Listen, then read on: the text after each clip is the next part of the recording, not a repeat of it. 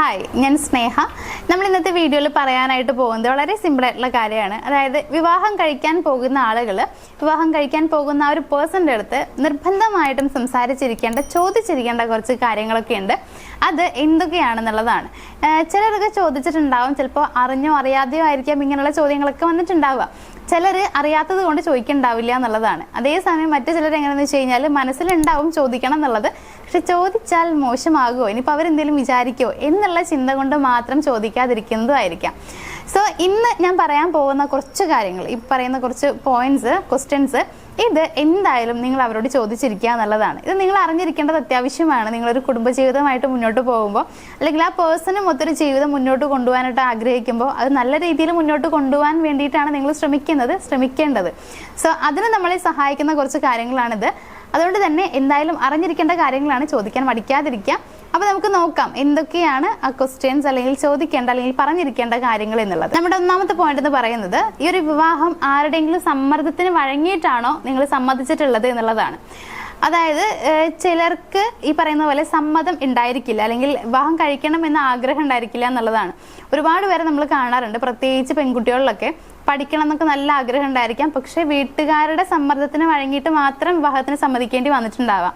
So ഇവിടെ എന്താ പ്രശ്നം വരാന്ന് വെച്ച് കഴിഞ്ഞാൽ, ഇവർ വിവാഹത്തിന് സമ്മതിക്കുന്നുണ്ടാവും, വീട്ടുകാർ പറഞ്ഞതുകൊണ്ട് സമ്മതിക്കുന്നുണ്ടാവാം, പക്ഷെ വിവാഹത്തിന് ശേഷം ഇവർക്ക് ജെന്യുവനായിട്ട് ആ ഒരു ബന്ധത്തിൽ നിൽക്കാൻ കഴിയില്ല എന്നുള്ളതാണ്. അവർ ഭർത്താവിനെ സ്നേഹിക്കാൻ കഴിയുന്നുണ്ടാവില്ല, ഭർത്താവിൻ്റെ വീട്ടുകാരെ സ്നേഹിക്കാൻ കഴിയുന്നുണ്ടാവില്ല. സോ ഇങ്ങനെ വരുമ്പോൾ എന്തായാലും ആ ഒരു റിലേഷൻഷിപ്പിൽ പ്രശ്നങ്ങൾ വരാനുള്ള സാധ്യതയും നല്ല കൂടുതലാണ്. അവർക്കൊരു സംതൃപ്തി രണ്ടുപേർക്കും കിട്ടുന്നുണ്ടാവില്ല ആ റിലേഷൻഷിപ്പിൽ എന്നുള്ളതാണ്. ശരിക്കും ആ ഭർത്താവ് ആഗ്രഹിക്കുന്നുണ്ടാവുക തന്നെ സ്നേഹിക്കുന്ന ഒരു ഭാര്യ ആയിരിക്കാം, അത് കിട്ടണം എന്നില്ല. ഇത് നേരെ മറിച്ച് ഇത് പുരുഷനിലേക്കും വരാട്ടോ. ഇപ്പോൾ ഒരു പുരുഷൻ അവർക്ക് താല്പര്യമില്ലാതെയാണ് വിവാഹത്തിന് സമ്മതിക്കുന്നത് എന്നുണ്ടെങ്കിലും ഈ പറയുന്ന പോലെ തന്നെ ഭാര്യയെ യഥാർത്ഥമായി സ്നേഹിക്കാൻ കഴിയണം എന്നില്ല. സോ എല്ലാവരും ആഗ്രഹിക്കുന്നുണ്ടാവുക നമ്മളെ സ്നേഹിക്കുന്ന ആൾ എന്നുള്ളതാണ്. എസ്പെഷ്യലി നമ്മുടെ പാർട്ട്ണറെ നമ്മളെ ഒരുപാട് സ്നേഹിക്കണം എന്നായിരിക്കും വിചാരിക്കുന്നുണ്ടാവുക.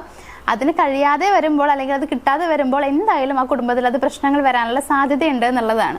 സോ അതുകൊണ്ട് തന്നെ നിങ്ങൾ എന്തായാലും അവരോട് ചോദിക്കുക, വിവാഹത്തിന് സമ്മതിച്ചത് നിങ്ങളുടെ ഇഷ്ടം കൊണ്ട് തന്നെയാണോ, അല്ലെങ്കിൽ നിങ്ങളുടെ രക്ഷിതാക്കളുടെ മാതാപിതാക്കളുടെ സമ്മർദ്ദം കൊണ്ടാണോ എന്നുള്ളത്. ഇനിയിപ്പോൾ വേറെ ആരെങ്കിലുമൊക്കെ ഇഷ്ടമുണ്ടെങ്കിലും ഈ പറയുന്ന പോലെ വീട്ടുകാർ പറഞ്ഞിട്ട് സമ്മതിക്കാം, വിവാഹത്തിന് സമ്മതിക്കാം, അങ്ങനെയൊക്കെ ചെയ്യാം. അതുകൊണ്ട് തന്നെ ഇതൊക്കെ ചോദിച്ച് മനസ്സിലാക്കിയിട്ട് മാത്രം വിവാഹത്തിലേക്ക് പോകാനായിട്ട് ശ്രമിക്കുക. ഇനി രണ്ടാമത്തെ ഒരു ക്വസ്റ്റ്യൻ എന്ന് പറയുന്നത്, വിവാഹ ജീവിതത്തിൽ നിങ്ങൾ എന്തൊക്കെയാണ് ആഗ്രഹിക്കുന്നത് എന്നുള്ളതാണ്. അതായത് ചിലർക്ക് ഒരുപാട് സ്വപ്നങ്ങൾ ഉണ്ടാവും. വിവാഹം കഴിഞ്ഞിട്ട് എനിക്ക് അവിടെ പോകണം, ഇവിടെ പോകണം, അല്ലെങ്കിൽ അങ്ങനെ ചെയ്യണം, ഒരു ബിസിനസ് സ്റ്റാർട്ട് ചെയ്യണം, ഇങ്ങനെ കുറേ കാര്യങ്ങൾ ഉണ്ടാവും എന്നുള്ളതാണ്. എനിക്ക് ഫ്രീ ആയിട്ട് നടക്കണം, ഫ്രീ ബേർഡ് ആവണം. ഇതൊക്കെ പ്രത്യേകിച്ച് സ്ത്രീകളൊക്കെ കാണുന്നതാണ് കേട്ടോ. അതായത് അവർക്കാണ് ഒരുപാട് ആഗ്രഹം ഉണ്ടാവുക, മാരേജ് കഴിഞ്ഞിട്ട് എനിക്ക് ഫ്രീ ബേർഡായിട്ട് നടക്കണം എന്നൊക്കെ വിചാരിക്കുന്നവരുണ്ട്. സോ അതെന്തൊക്കെയാണെന്നുള്ളത് ചോദിച്ച് മനസ്സിലാക്കണം എന്നുള്ളതാണ്. ചിലർക്ക് ട്രാവൽ ചെയ്യാൻ ഒരുപാട് ഇഷ്ടം ഉണ്ടാവും, പക്ഷേ അവർ വിവാഹം കഴിക്കാൻ പോകുന്ന ആ ഒരു പേഴ്സണ് ചിലപ്പോൾ ഈ ട്രാവലിംഗ് അത്ര ഇഷ്ടം ഉണ്ടാവില്ല എന്നുള്ളതാണ്. സോ അങ്ങനെ വരുന്ന സമയത്ത് രണ്ടുപേരും തമ്മിൽ എന്തായാലും ഒരു പ്രശ്നം വരും. ഒരാൾക്ക് ട്രാവൽ ചെയ്യണം, ഒരാൾക്ക് ട്രാവൽ ചെയ്യണ്ട. അപ്പം അങ്ങനെയൊക്കെ പ്രശ്നം വരാം എന്നുള്ളതാണ്. അതേപോലെ തന്നെ അവർക്ക് അവരുടെ ഇഷ്ടങ്ങൾ എന്തൊക്കെയാണെന്നുള്ളതൊക്കെ ചോദിക്കാം. ഇത്തരത്തിൽ അവർ ആഗ്രഹിക്കുന്ന കാര്യങ്ങൾ എന്തൊക്കെയാണ് വിവാഹ ജീവിതത്തിൽ എന്നുള്ളത് ചോദിച്ച് മനസ്സിലാക്കുക എന്നുള്ളതാണ്. ഞാൻ പറഞ്ഞിട്ടുള്ളത് വളരെ ചെറിയൊരു എക്സാമ്പിൾ മാത്രമാണ്. ആ ഒരു കാര്യത്തെക്കുറിച്ച് ചോദിക്കണം എന്നുള്ളതല്ല, പക്ഷേ അവരുടെ വിവാഹ ജീവിതത്തിൽ അവർ ആഗ്രഹിക്കുന്ന കാര്യങ്ങൾ എന്തൊക്കെയാണെന്നുള്ളത് എല്ലാ കാര്യങ്ങളും അവർ ഉൾപ്പെടുന്നതാണ്. അതെല്ലാം നിങ്ങൾ ചോദിച്ച് മനസ്സിലാക്കാനായിട്ട് ശ്രമിക്കുക. ഇനി മൂന്നാമത്തെ ഒരു ക്വസ്റ്റ്യൻ എന്ന് പറയുന്നത്, നിങ്ങളുടെ ജീവിത ലക്ഷ്യങ്ങൾ എന്തൊക്കെയാണെന്നുള്ളത് ചോദിക്കാം എന്നുള്ളതാണ്. ചിലർക്ക് എങ്ങനെയെന്ന് വെച്ച് കഴിഞ്ഞാൽ അവരുടെ ലക്ഷ്യങ്ങൾ പൂർത്തിയാക്കുന്നതിന് മുന്നേ തന്നെ മാരേജ് ചെയ്യേണ്ടി വരുന്നുണ്ടായിരിക്കാം. അപ്പോൾ ഇങ്ങനെ വരുന്ന സമയത്ത് ആ ലക്ഷ്യങ്ങളോടെ ബാക്കിയാണ്. അപ്പോൾ ഇവർ വിചാരിക്കും കുഴപ്പമില്ല, മാരേജ് കഴിഞ്ഞിട്ട് അത് ചെയ്യാമല്ലോ, നടത്താമല്ലോ എന്നൊക്കെ വിചാരിക്കും. വീട്ടുകാരും അല്ലെങ്കിൽ കല്യാണം കഴിക്കാൻ പോകുന്ന ആളുകളും ഒക്കെ അങ്ങനെ ആയിരിക്കും പറയുണ്ടാവുക, കുഴപ്പമില്ല നമുക്ക് മാരേജ് കഴിഞ്ഞിട്ട് നോക്കാം എന്നൊക്കെ പറഞ്ഞിട്ട് ഭയങ്കര കട്ട സപ്പോർട്ടൊക്കെ ആയിരിക്കും. അപ്പോൾ ഇവരത് പ്രതീക്ഷിച്ചിരിക്കുന്നുണ്ടാവും എന്നുള്ളതാണ്. സോ ഇത് നിങ്ങൾ എന്തായാലും ആദ്യമേ തന്നെ ചോദിച്ച് മനസ്സിലാക്കുക, എന്താണ് ജീവിത ലക്ഷ്യം, അല്ലെങ്കിൽ എന്താവണം എന്നാണ് ആഗ്രഹിക്കുന്നത് എന്നുള്ളത്. ചിലപ്പോൾ അവരുടെ ആഗ്രഹങ്ങൾ നിങ്ങളുടെ ഇഷ്ടങ്ങൾക്ക് വിപരീതമായിരിക്കാം, അതിന് നിങ്ങൾക്ക് സപ്പോർട്ട് ചെയ്യാൻ കഴിയണം എന്നില്ല. അപ്പോൾ അത് ആദ്യമേ തന്നെ മനസ്സിലാക്കുന്നതാണ് നല്ലത്. പിന്നെ മാരേജ് കഴിഞ്ഞതിന് ശേഷം അവരുടെ എന്തെങ്കിലും ആഗ്രഹങ്ങൾ പറയുമ്പോൾ അത് ചെയ്തു തരാൻ പറ്റില്ല എന്ന് പറയുന്നതിനേക്കാൾ നല്ലത് ആദ്യമേ തന്നെ എന്താണ് അവരുടെ ആഗ്രഹം, അതെനിക്ക് നടത്തി കൊടുക്കാൻ പറ്റുമോ, അതിന് കൂടെ നിൽക്കാൻ പറ്റുമോ എന്നുള്ളത് മനസ്സിലാക്കുന്നതാണ്. ഇനിയിപ്പോൾ അങ്ങനെ അല്ല എന്നുണ്ടെങ്കിൽ മാരേജ് നടത്താതിരിക്കുന്നതായിരിക്കും കുറച്ചുകൂടി ബെറ്റർ ആയിരിക്കും, അല്ലെങ്കിൽ രണ്ടുപേരും കൂടി തീരുമാനിച്ച് ഒരു നല്ലൊരു തീരുമാനത്തിൽ എത്തുന്നതായിരിക്കും കുറച്ചുകൂടി ബെറ്റർ ആയിരിക്കുക. സോ എന്തായാലും ആദ്യമേ തന്നെ അത് മനസ്സിലാക്കിയിരിക്കണം എന്നുള്ളതാണ്. അതായത് എന്തൊക്കെയാണ് നിന്റെ ലക്ഷ്യങ്ങൾ, എന്തൊക്കെയാണ് നീ നേടാനായിട്ട് ആഗ്രഹിക്കുന്നത്, ഈ കാര്യങ്ങളെല്ലാം ചോദിച്ചറിയാനായിട്ട് ഒന്ന് ശ്രമിക്കുക. ഇനി നാലാമത്തെ ഒരു ക്വസ്റ്റ്യൻ എന്ന് പറയുന്നത് കുട്ടികളെ കുറിച്ചാണ്. അതായത് നിങ്ങൾക്ക് കുട്ടികൾ എത്ര പേര് വേണമെന്നാണ് ആഗ്രഹം, ഇങ്ങനെയുള്ള കാര്യങ്ങൾ ചോദിക്കാം എന്നുള്ളതാണ്. ഇത് ഫണ്ണി ക്വസ്റ്റ്യൻ ആയിട്ടോ അല്ലെങ്കിൽ സിമ്പിൾ ക്വസ്റ്റ്യൻ ആയിട്ടോ തോന്നുന്നുണ്ടായിരിക്കാം, പക്ഷേ ഇത് വളരെ ഇമ്പോർട്ടൻ്റ് ആണ്. മാരേജ് കഴിഞ്ഞ് കഴിയുമ്പോൾ എന്തായാലും എല്ലാവരും ആഗ്രഹിക്കുന്നുണ്ടാവും കുട്ടികൾ വേണമെന്നുള്ളത്. ഓക്കെ, അപ്പം അങ്ങനെ ആവുന്ന സമയത്ത് ചിലർക്ക് എന്ന് പറയുമ്പോൾ ഒരു കുട്ടി, ചിലർക്ക് 2 കുട്ടികൾ, അങ്ങനെയൊക്കെ ഉണ്ടാവാം.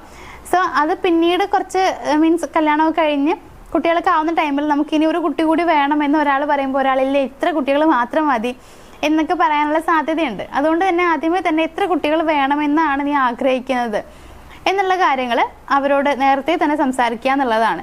അതും സംസാരിക്കുന്നത് വളരെ നല്ല കാര്യം തന്നെയാണ്, ഒരിക്കലും മോശമായിട്ടുള്ള കാര്യമൊന്നുമല്ല. അങ്ങനെ വിചാരിക്കുന്നവരുണ്ട്, ഈ കുട്ടികളുടെ കാര്യമൊക്കെ സംസാരിക്കുന്നത് മോശമല്ലേ എന്ന് വിചാരിക്കുന്നവരുണ്ട്. അങ്ങനെയൊന്നും വിചാരിക്കണ്ട. മാരേജ് കഴിഞ്ഞാൽ കുട്ടികൾ എന്നുള്ളത് സ്വാഭാവികമായിട്ടുള്ള കാര്യമാണ്.